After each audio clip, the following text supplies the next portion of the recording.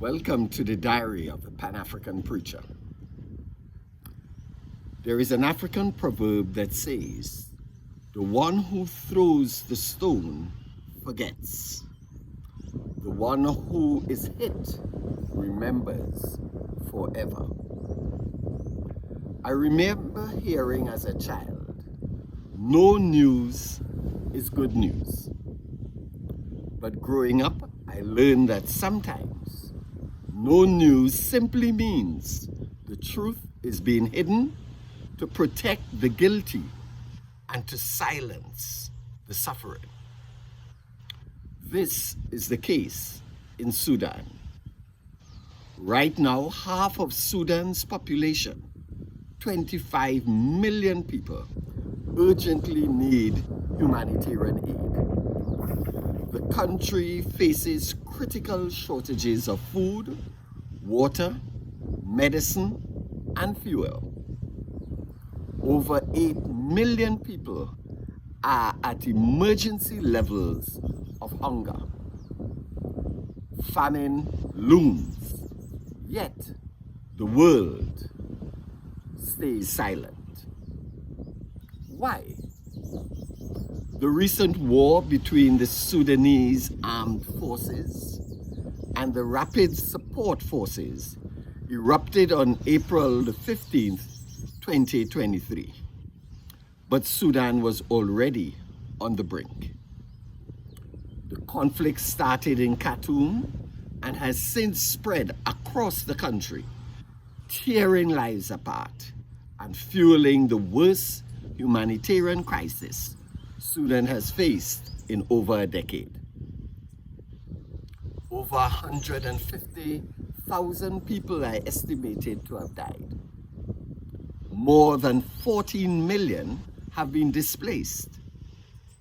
11.3 million of those within Sudan and over 3.5 million forced to flee across the borders into Chad, South Sudan, Egypt, and beyond.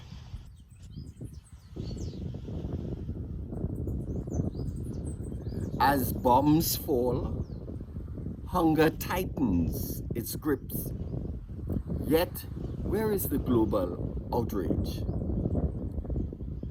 Let us not forget Sudan's deep spiritual and historical legacy.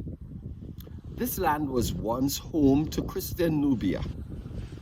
Kingdoms like Nobatia, Makuria, and Alodia that embraced Christianity as early as the 6th century and held firm for over 600 years.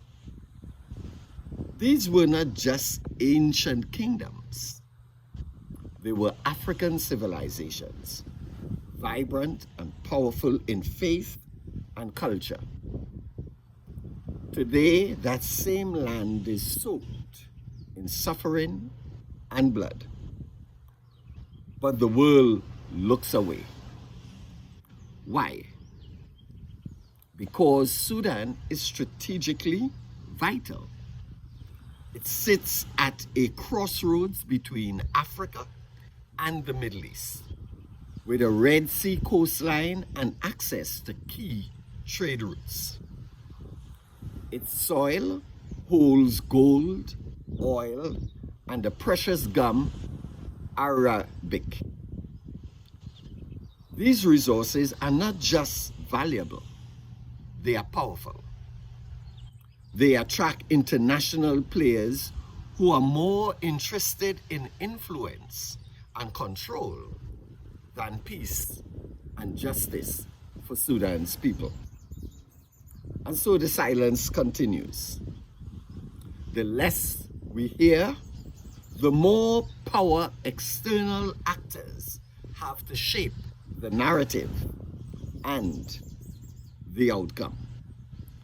But we, Africans on the continent and in the diaspora, must not be silent. We must not forget Sudan. Its pain is ours.